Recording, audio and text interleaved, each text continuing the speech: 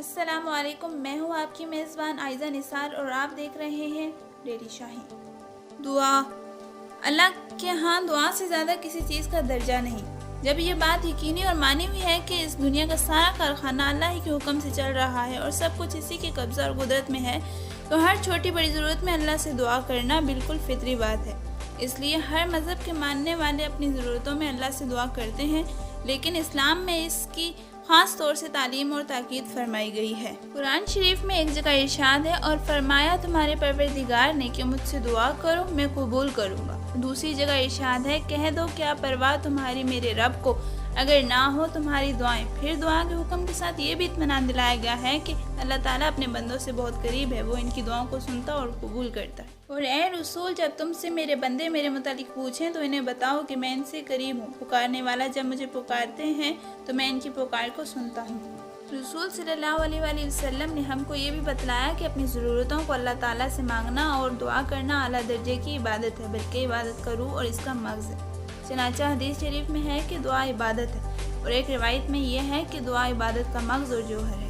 ایک دوسری حدیث میں ہے کہ رسول صلی اللہ علیہ وآلہ وسلم نے فرمایا اللہ کے ہاں دعا سے زیادہ کسی چیز کا درجہ نہیں۔ چنانچہ ایک حدیث میں ہے کہ اللہ تعالیٰ اس بندے سے ناراض ہوتا ہے جو اپنی حاجتیں اور ضرورتیں اس سے نہیں مانگتا۔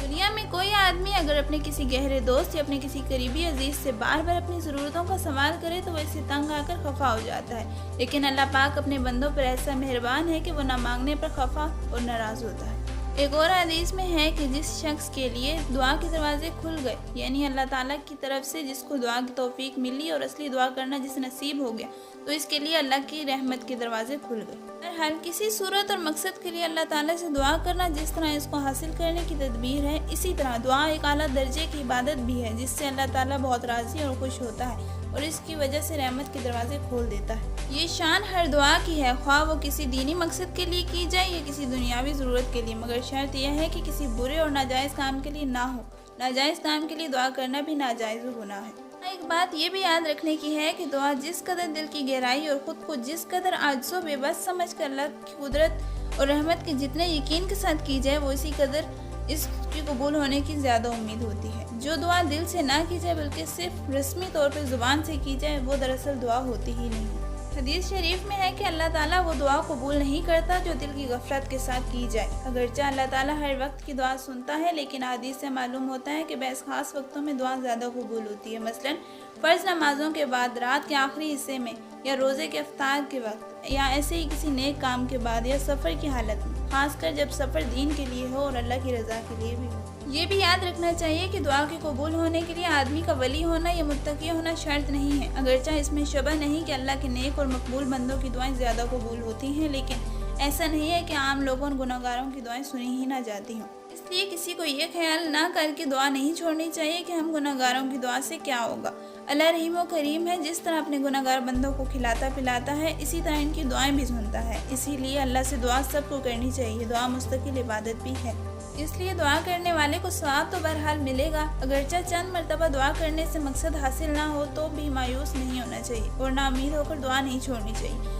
اللہ تعالیٰ ہماری خواہش کا پابند نہیں ہے، کبھی کبھی اس کی حکمت کا تقاضا یہی ہوتا ہے کہ دعا دیر سے قبول کی جائے اور بندے کی بہتری بھی اسی میں ہوتی ہے، لیکن بندہ اپنی نادانی کی وجہ سے اس کو جانتا نہیں، اسی لیے جلد بازی کرتا ہے اور مایوس ہو کر دعا کرنا چھوڑ دیتا ہے۔ الغرض بندے کو چاہیے کہ اپنی ضروریات اور مقاصد کے لیے اللہ تعالیٰ سے دعا کرتا رہے، معلوم نہیں اللہ تعالیٰ کس دن اور کس گھڑی اس کی دعا سنے۔ رسول اللہ صلی اللہ علیہ وآلہ وسلم نے دعا کے متعلق ایک بات یہ بھی بتلائی ہے کہ دعا کبھی ضائع اور بیکار نہیں جاتی، لیکن اس کے قبول ہونے کی صورتیں مختلف ہوتی ہیں۔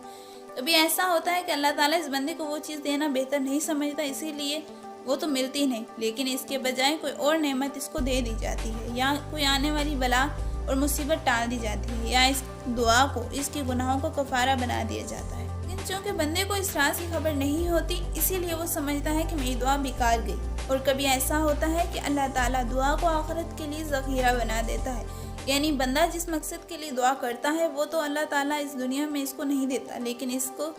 اس دعا کے بدلے آخرت کا بہت بڑا ثواب اس کے لیے لکھ دیا جاتا ہے۔ اور حدیث شریف میں ہے کہ بعض لوگ جن کی بہت سی دعائیں دنیا میں قبول نہیں ہوتی تھیں، جب آخرت میں پہنچ کر اپنی ان دعاؤں کے بدلے میں ملے ہوئے ثواب اور نعمتوں کے ذخیرے دیکھیں گے تو حسرت سے کہیں گے کہ کاش دنیا میں ہماری کوئی دعا قبول ہی نہ ہوئی ہوتی اور اس کا بدلہ ہمیں یہیں ملتا۔ اللہ تعالیٰ پر ایمان رکھنے والے ہر بندے کو اللہ کی قدرت اور اس کی شان کریمی پر پورا یقین رکھتے ہوئے قبولیت کی پوری امید اور بھروسے کے ساتھ اپنی ہر ضرورت کے لیے اللہ تعالیٰ سے دعا کرنی چاہیے اور